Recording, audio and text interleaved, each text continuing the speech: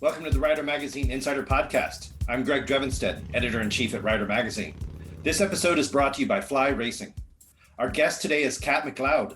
Cat is the man behind Loud Escapes, which provides track and tour motorcycle tours that bring together track days at MotoGP circuits with multi-day scenic sport tours in Italy, Spain, Germany, Austria, and other destinations. Loud Escapes is celebrating 10 years of operation in 2022, and we talk about what makes track and tours unique, what makes for a successful tour, and what tours are available this year. Cat's an interesting guy who has turned his passions for track riding and foreign travel into a business. Other than professional racers, not many people can say they've ridden on 10 MotoGP tracks. Stay tuned for another great episode brought to you by Fly Racing. Hey, Cat, welcome to the show. Hey, good to see you again. I haven't seen your face in a while. You got a beard now. Yeah. You know, working from home, I get to grow a long beard. Nobody on the show gets to see it, but you do, because we're on a Zoom call. We're on a video call. I'm in Southern California. You're up in Northern California. Is that correct? Yes. Yeah. Just outside of San Francisco. Yeah. The last time I saw you then would have been the IMS show in Sonoma last July. You had a booth there. That's right. That was actually a good show. I like the outdoor setting. Yeah, awesome. Well, yeah, it's going to be kicking off again this year in June. I guess they're moving the Bay Area show to San Mateo. They're going back to the fairgrounds. I prefer the racetrack. Yeah, that was a cool venue, because I know there was a Yamaha champion school did a track session or some track school stuff, and then of course around that Sonoma Raceway for the people that were doing demo rides, it's a really cool setting for that. Yeah, no, it worked out great. So I wish they'd do it again. So you are the man behind Loud Escapes. And so I want to talk a little bit more about it. I've been on one of your tours, but you know, a lot of our listeners may not know what makes your tours unique. So let's just kind of start at the beginning. I mean, you started your own motorcycle tour company, which is a big undertaking. How'd you get started? Well, geez, I mean, it all sort of comes down to, you know, what type of person I was. And I mean, I was one of those smart kids who, you know, creates fun to make friends. I was kind of one of those smart, weird kids. Now that I think about it, things haven't changed much. USA culture does not like smart people, particularly when they're kids in private religious schools. So I kind of had to go the extra mile to get other children to hang out with me. So that also meant no school sports, team sports, and smart kids don't mix too well. So motorcycles with the next door neighbor, Gunnar Lindstrom, and his kids was a way to have fun. Gunnar Lindstrom was a pro racer in the 70s, and he ended up working for Honda Racing and Honda R&D. And wow, what a great guy. And he taught me how to ride, but that doesn't mean I have any natural talent. His kids always completely just outrode me all the time because I had that natural gift. But anyway, you know, went to college, got an international business degree, got a marketing degree. There's no work for my business degrees when I graduated, so I became a web designer, then application user interface designer, then IT manager. Then I got my MBA with a concentration in subconscious decision theory. And after that, I finally got, you know, the coveted job in the motorcycle industry. I was the brand manager for Bel-Ray. And then I was a media planning and buying guy. Then I was marketing director for Bike Bandit and marketing manager for Leo Vinci. And then I got a film degree when now I'm officially overeducated, and being a white male Gen Xer means there's no work available. So I was rather well traveled at that point. So Loud Escapes came about back in 2012. Wow. So 10 years now. That's awesome. Yeah. So, I mean, so what motivated you to do? I mean, you've obviously worked in the industry side of, you know, in terms of, you know, marketing and products and so forth in industry. So how did you make the leap to motorcycle tours and, you know, and how did you come up with the specific idea for your company? Well, our signature thing that we do is the track and tour, which you know well, and you did very well at, by the way, where we take people on a sport touring tour, and then we also take them to a MotoGP circuit like Sachsenring, Aragon, Phillip Island, and of course, Mugello. And it sort of came about because I was well-traveled. I knew world travel. I had an international business degree, But the track and tour idea came about because I went to Germany originally to sell California tours. I got into the tour operating business trying to figure out what to do. And you sell what you know. I knew California, I knew the Southwest. I went to Germany to try to sell them tours and discovered that Germans really want to buy from a German, not somebody from the United States. And I was horrified at what products they were selling Germans. Mostly they're just bad Route 66 tourist trap tours.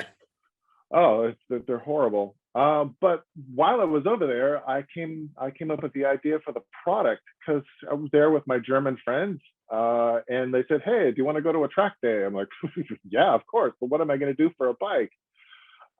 And one of the dealers just handed me a Panigale. So here, break this in.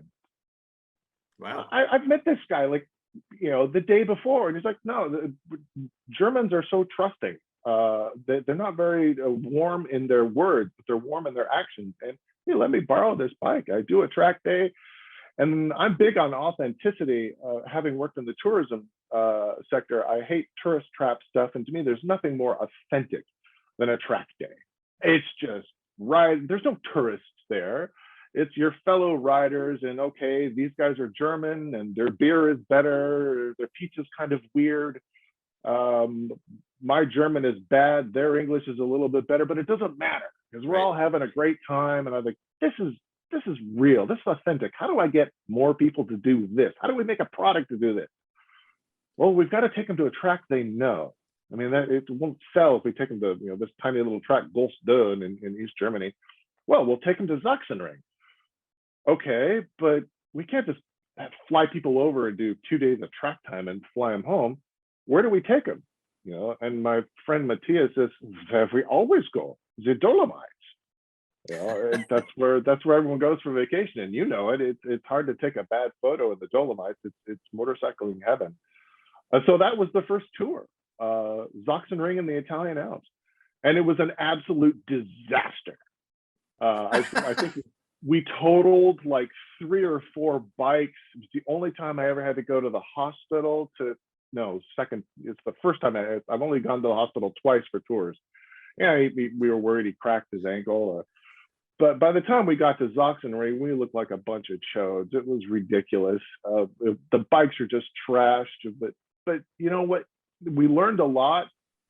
But I told everybody at the beginning of the tour, I said, I don't care if somebody dies on this tour, we're doing it again. Because everyone was so excited about the concept of, I get to ride on a MotoGP circuit that I've only seen on TV or my laptop. And that was sort of the selling thing. We learned a lot about hotels and guides and bikes and track bikes and street bikes and stuff like that. I mean, we made a lot of mistakes early on and we learned pretty quick. And it's just kept going since then.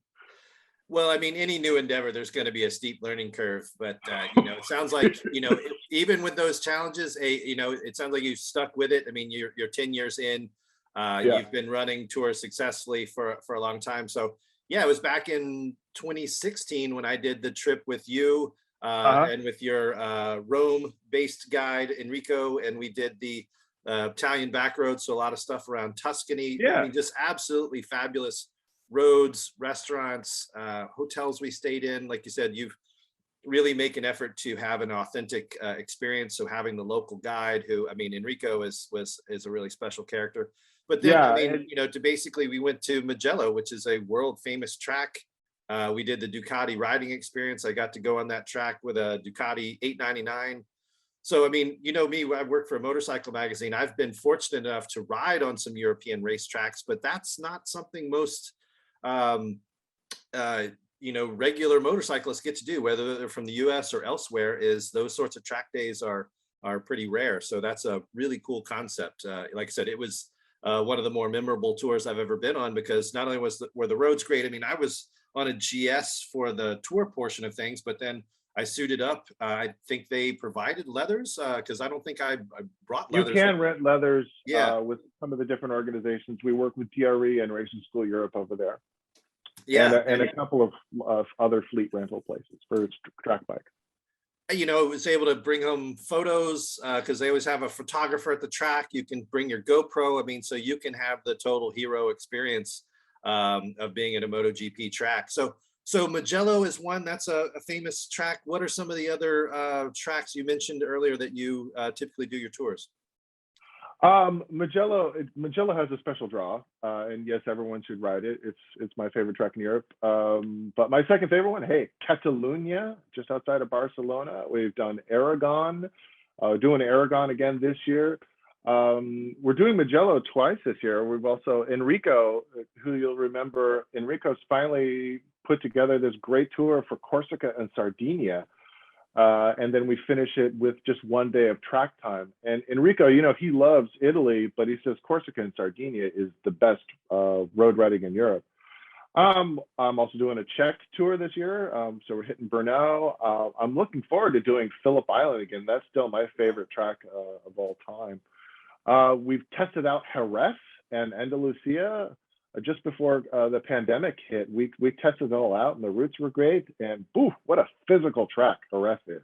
If you're going to get arm pumped at a track, it's going to be Jerez. Wow. Now I know why Quartararo was in so much pain. It's because Jerez beats you up. It's an endurance track.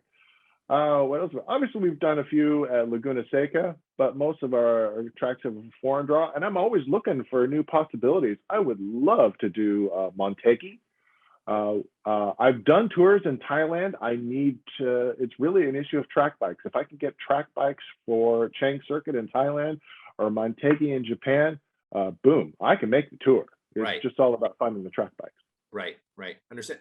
So the tour part of your tour, so there's obviously the track day, and it's typically 1 or 2 track days are built into the schedule, or how is it? Different vendors have pushed us to do different things. When we work with Ducati, we only do 1 day because it's very expensive. Yeah. Other times when we work in Europe, we will do 3 days. 3 days is what is really handy, especially for a track, like Brno or Catalunya, because by the 3rd day, you're really getting it. But also by the 3rd day, you're getting a little tired. So sure. It's not quite the one for everybody. I wish I could get 2 days, always consistently 2 days, but that's just not how vendors work, and I've got to, sure, maneuver around that. Well, I mean, a lot of times, people that do track days here in the States, I mean, it's typically they'll go for 1 day over a weekend. Maybe they can do a couple of days, but like I said, I enjoy riding on the track, but I'm not what you would call a track junkie or a track rat. So I enjoy the experience. The Ducati riding experience at Mugello, there were professional instructors there. There was everything that you would want to be able to be shown the good line around the track to good form and body position and all that stuff. So there was ample instruction. It's not like you're just thrown to the deep end of the pool. But it was a few days before that track day and a few days after where we were, like I said, I think we started and ended in Rome, and we were back roads and cool hotels and restaurants for several days, and it was a great group.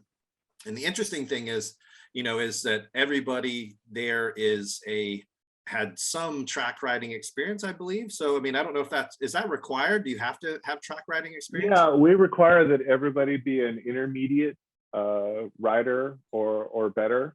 That means that the speed variation can be pretty high on the track as well as on the street, but we adapt. Sometimes we'll have the fast guys go ahead on the street and have the slower folks come up behind, but we're very mindful of making sure that we go a pace that everyone gets a chance to enjoy themselves, not be crazy on the street.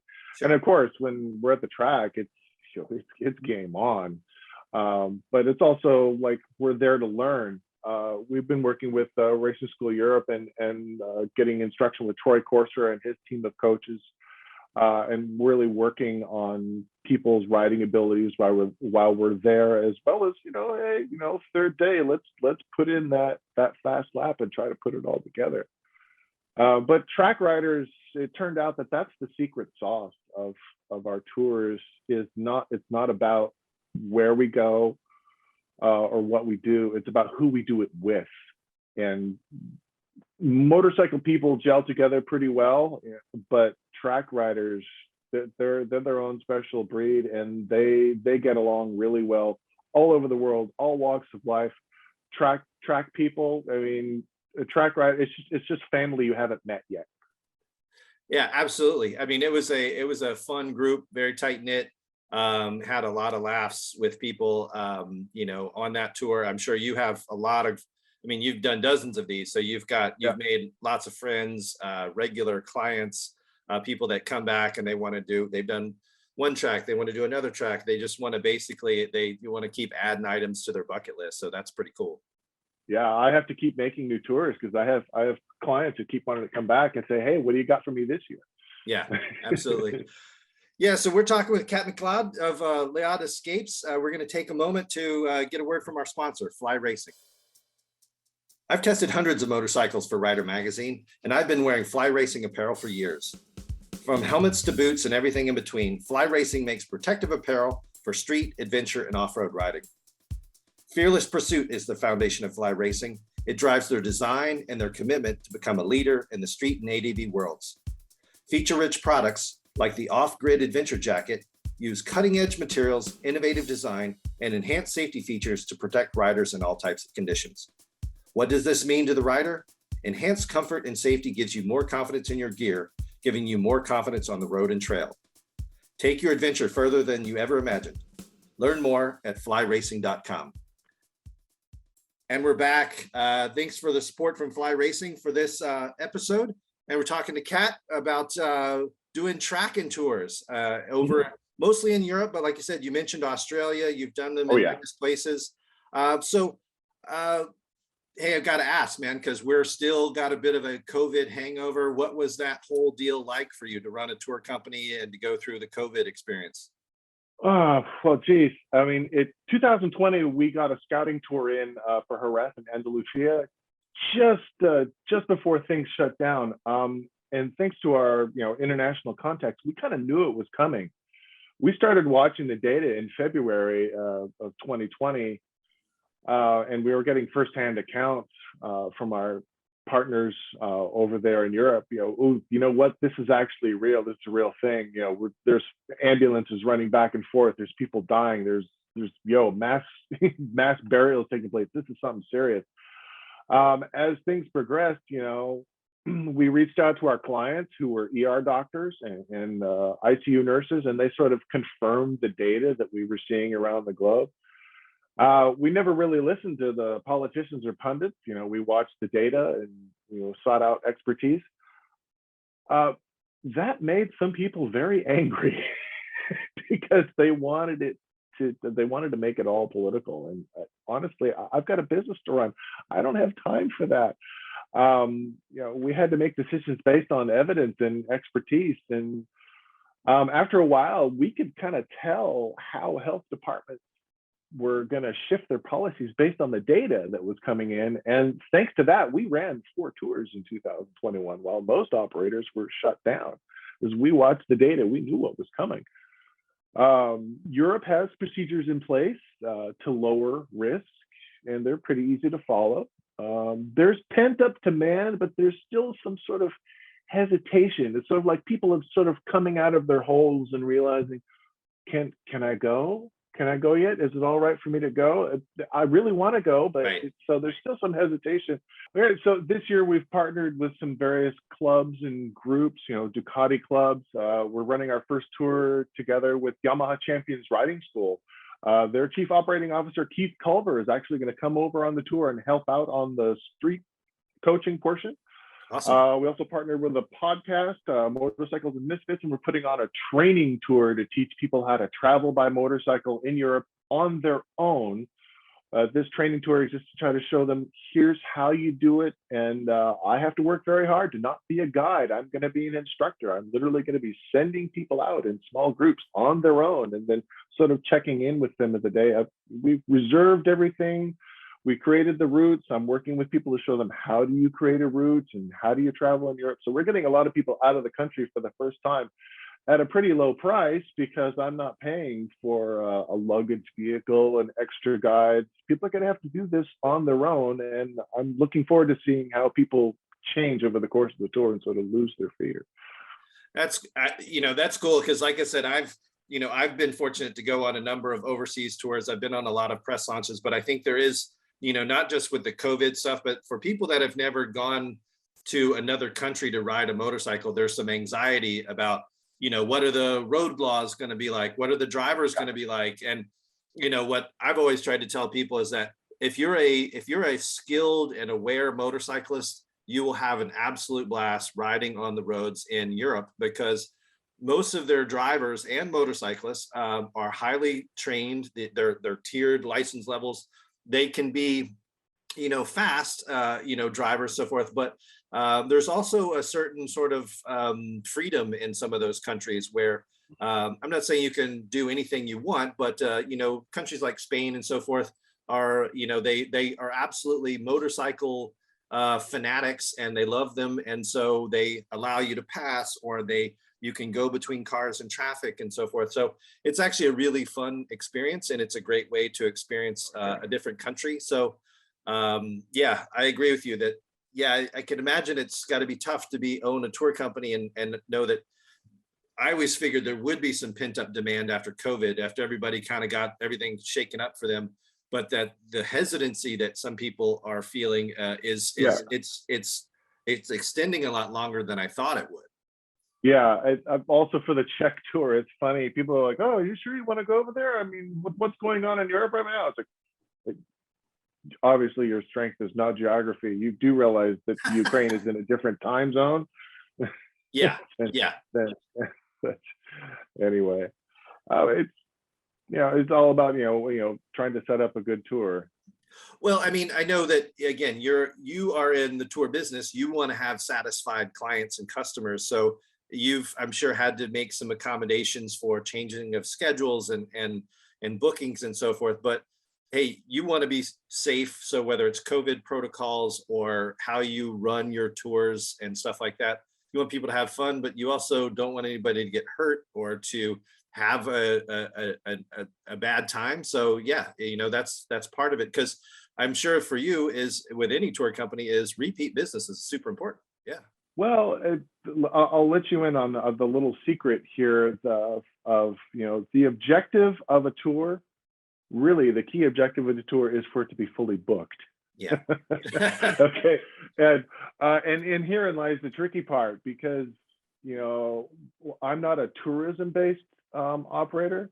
If we were, I could just line up a dozen tourist attractions and connect the dots on motorcycles and run the whole thing like a modified bus tour, like some operators do. The problem is, of course, those tourist attractions sell tours, and everyone's heard of the Leaning Tower of Pisa. Everybody thinks they should go see it. In case you were wondering, you don't really need to see the Leaning Tower of Pisa or Alcatraz for that matter. Our clients have come on a tour for an authentic experience at a MotoGP track. So the trick is to create a tour route that's filled with more authentic experiences, but that also sells. And yeah, the example of that problem is no video, no photo, no clever bit of copy is going to fully inform someone how cool it is to go barreling through the farm country of Bohemia and Moravia in the Czech Republic. Right. Having lunch in Hintertupfabrik at a cafe owned by a fellow motorcycle rider who, it's on the city square. It's one of those perfect motorcycling moments that make a tour, but nobody buys based on that because nobody knows how awesome it is until you've done it. Right. Yeah. So there's no TV programs or morning chat shows that features this type of thing. And boy, I'd love to change that because, to me, I think it makes compelling content, but it's always a clever balance of trying to have a tour that sells as well as being authentic and entertaining. Our primary selling point is the MotoGP track, and then people come on the tour and go, "Oh my God, this is incredible! I'm having this, adventure through Spain on roads that nobody rides on. I'm eating food that I've never heard of before." But you've got to sell the big attractive thing, and then the sign of a really great tour is the thing you came for was not what you enjoyed.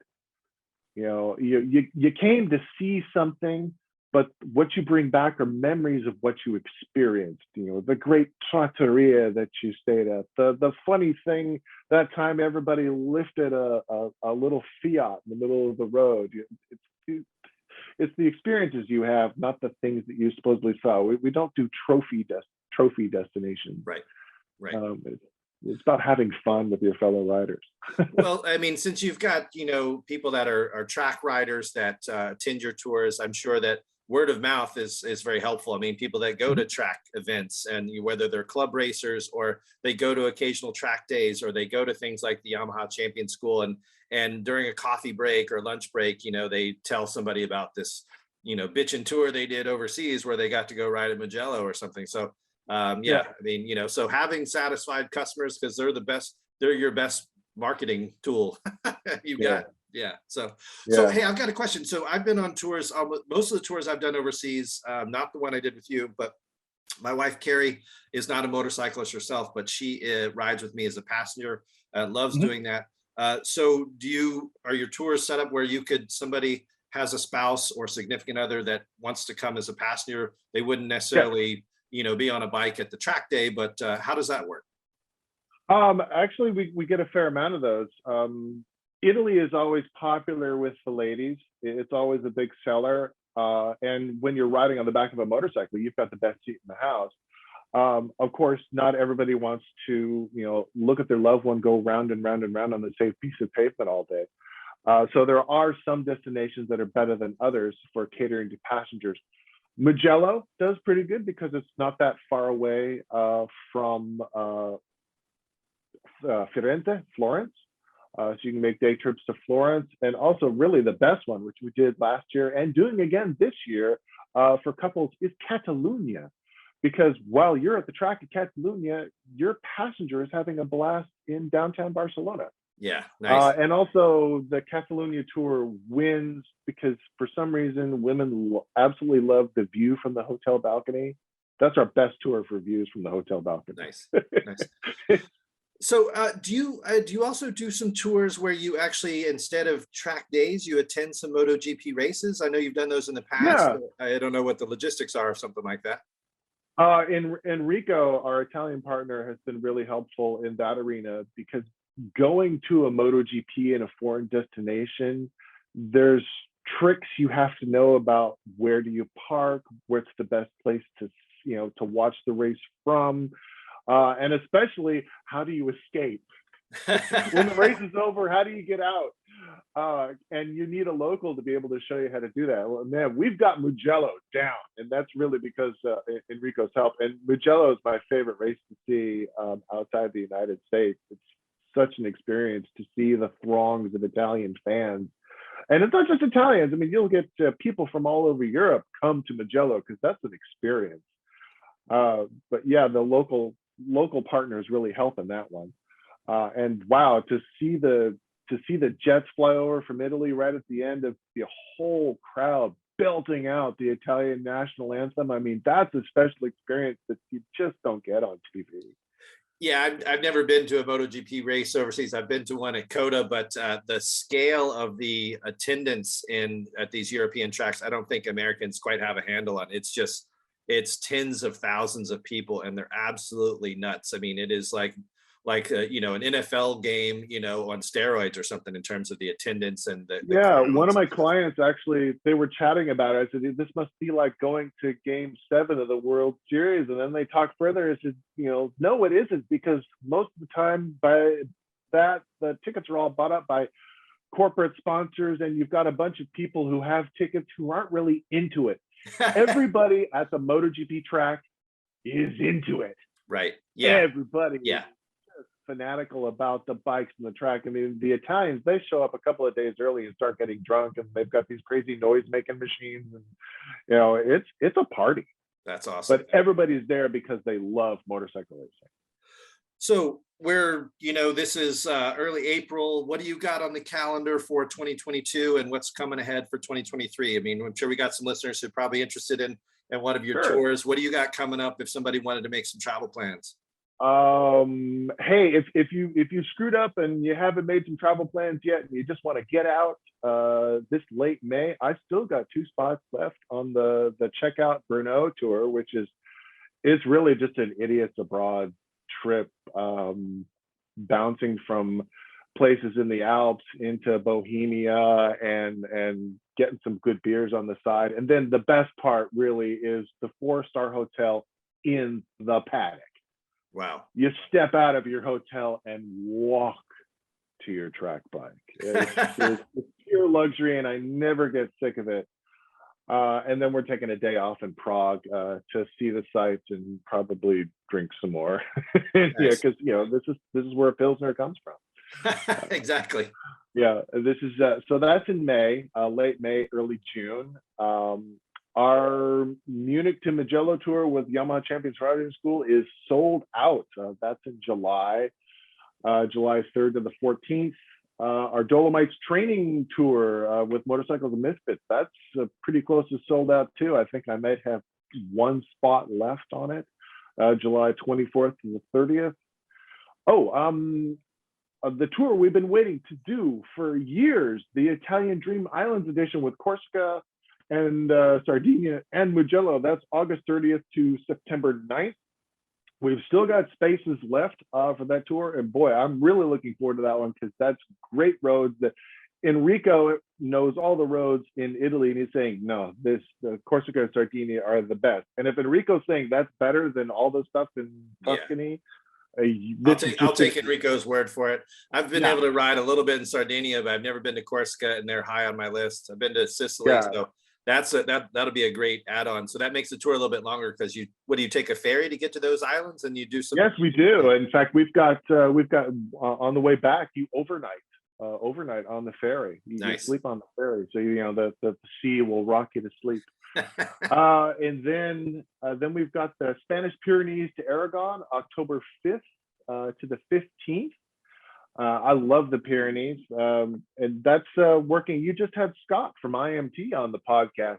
We use Scott for bikes, specifically IMT, because in Spain you need quality. You need quality bikes, and Scott Moreno delivers quality, reliable bikes in Spain. Nice. So yeah, that always love it. And he's also got a couple of guides that we use who are also track riders. And they love our tour because we tend to go at a little bit faster pace, and they love riding the circuits as much as we do. And then the last tour of the year is Catalunya and Costa Brava. That's the northeastern part of Spain and Catalunya. And again, a really good one for couples because while you're at the racetrack, your passenger is having a blast in downtown Barcelona. Nice. And with Nancy, because Nancy loves doing Barcelona. Awesome. Yeah. So you've got a full schedule for 2022. I mean, sounds like you've got some of your stuff's already booked, which is good to hear. But sounds like you'll have some space for some stuff that's later in the summer and into the fall. I mean, I know especially in Spain, I mean, some of those countries get pretty hot in the summer, so it's better to ride there in the fall or in the spring. So that's good. 2023, I'm hoping to get dates at Portimao. It's really tough to get dates at Portimao. We're still working on it. Wouldn't mind doing Australia and Phillip Island again. Nice. Australia is it's not just my favorite track, it's also a really good place for food. Australia has a lot of unexpected surprises. Nice. It's a real surprising tour. I'd like to do that one again. We'll probably do Yamaha Champions Riding School again. We'll probably do them. We'll probably do the same tour, very similar to what you did with Enrico, except we'll do 3 days with Troy Corser and his group on Mugello. Nice. There's still plenty of circuits that I haven't ridden yet. So awesome.